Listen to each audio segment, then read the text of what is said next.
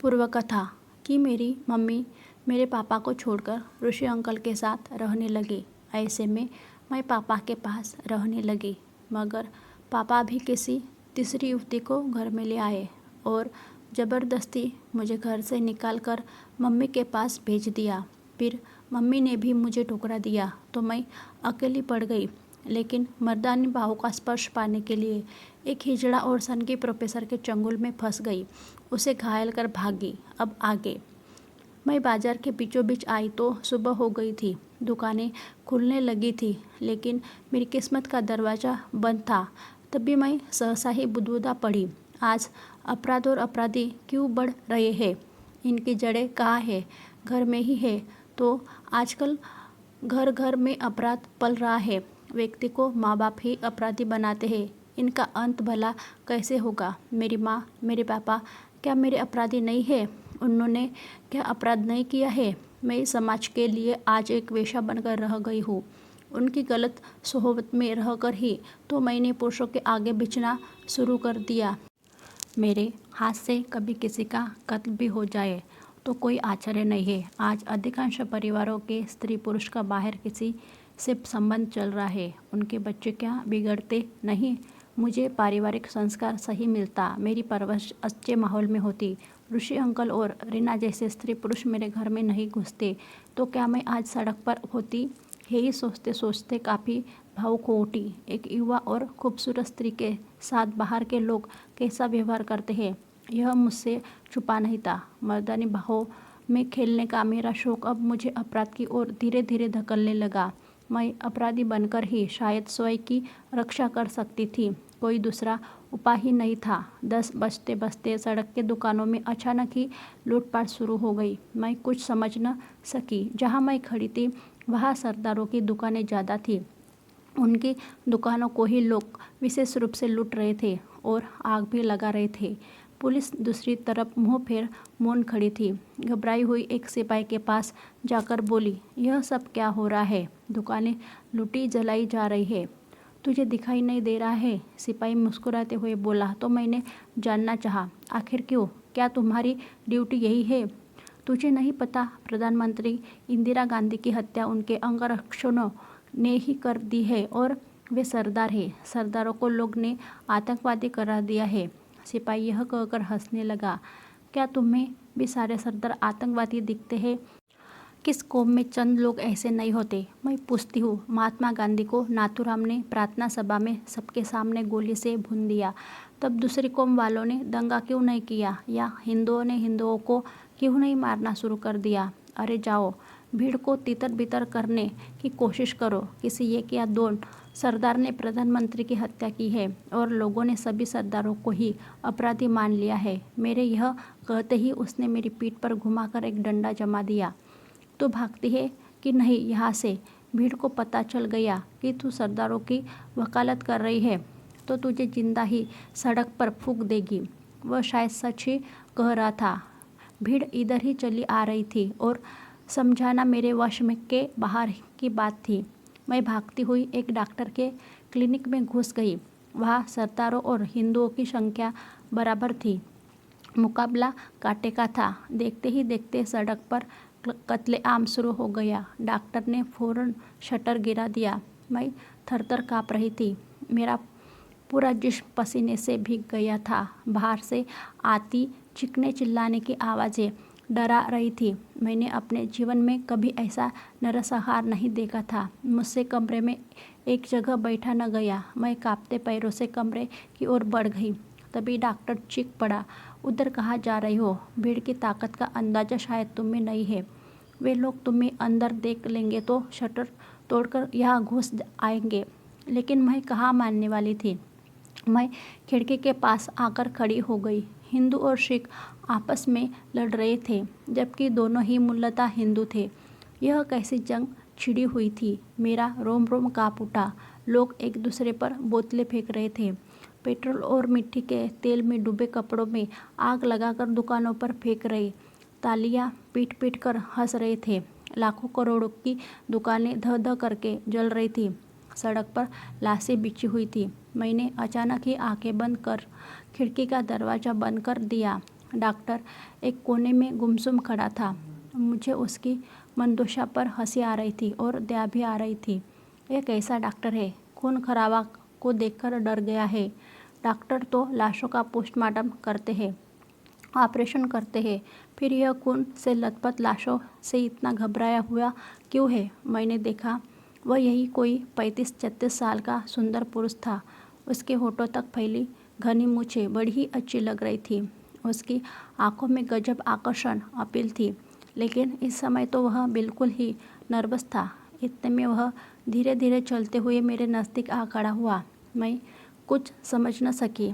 फिर वह बोला, तुम यहाँ सुबह सुबह क्या करने आई थी?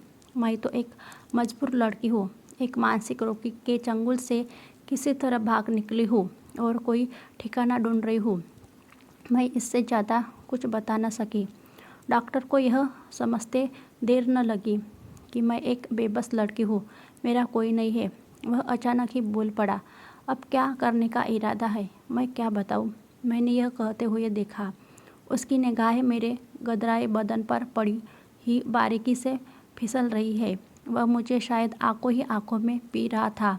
फिर बोला, मेरी पत्नी मुझसे बहुत ही दूर अपने मायके में रहती है। मैं यहाँ अकेला ही रहता हूँ। तुम्हें जब तक कोई काम नहीं मिलता तब तक तुम मेरे पास रह सकती हो। शुक्रिया। एक बात मेरी समझ में नहीं आती, तुम सारे पुरुषों की समस्या एक जैसी ही क्यों है?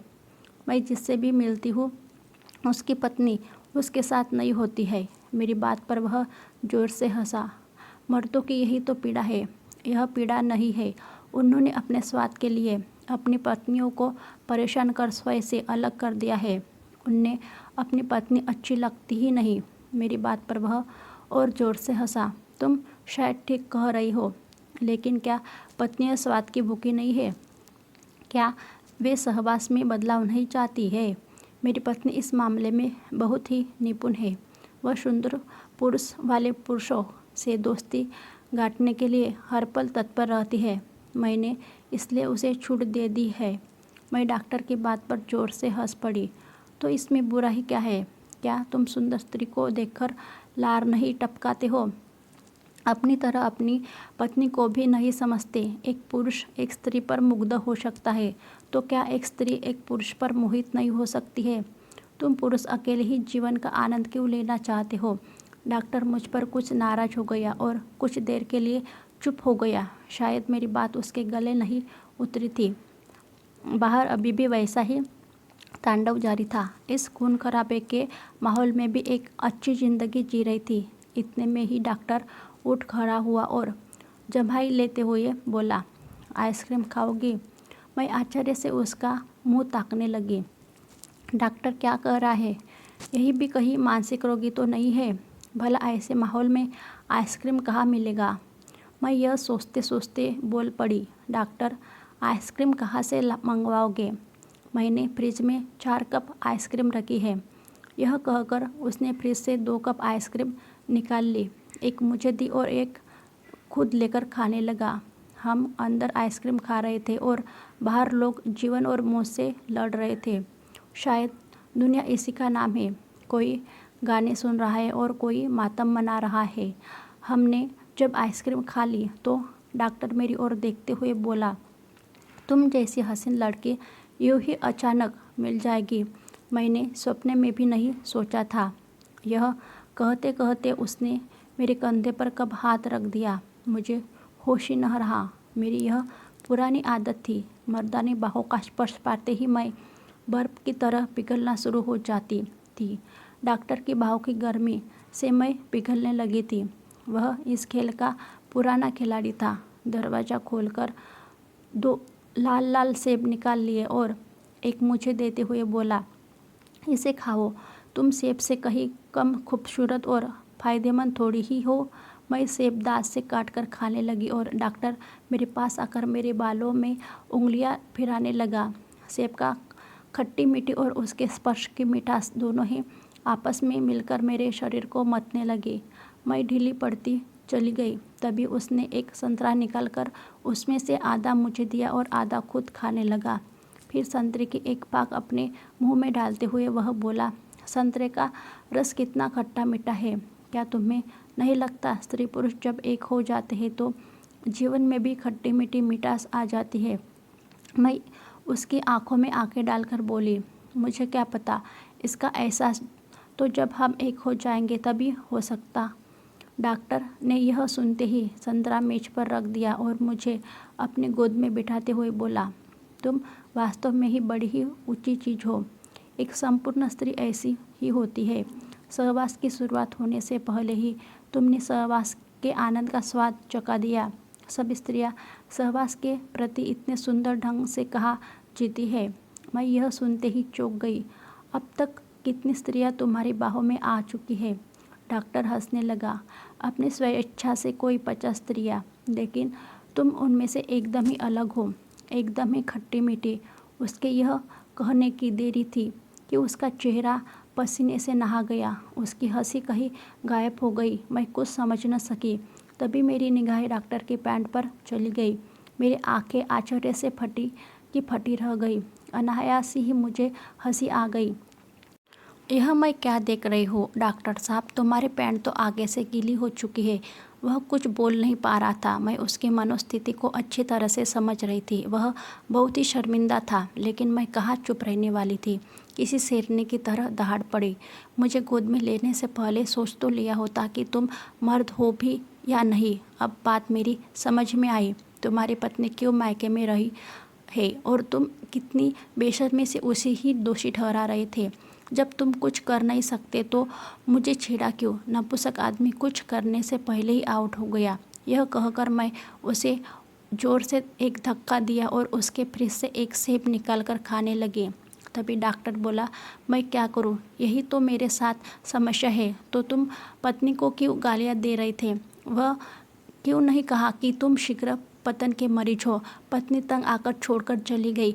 अब बताओ मैं कहाँ जाऊँ? मेरे यह कहते ही डॉक्टर बाथरूम में चला गया। अब मैं बहुत ही खुश थी कि जो पुरुष मेरे साथ है वह पुरुष नहीं। मैं दंगा समाप्त होने तक यहाँ चैन से रह सकती हूँ। अगली सुबह मेरी आँख खुली तो मैं खिड़की के पास आकर खड़ी हो गई। बाहर का वातावरण बिल्कुल शांत था। पुलिस अभी जहाँ तहाँ थी, परंतु लोग आ जा रहे थे। मैं डॉक्टर को जगाते हुए बोली, उठो, शटर उठाओ, दंगा समाप्त हो गया है।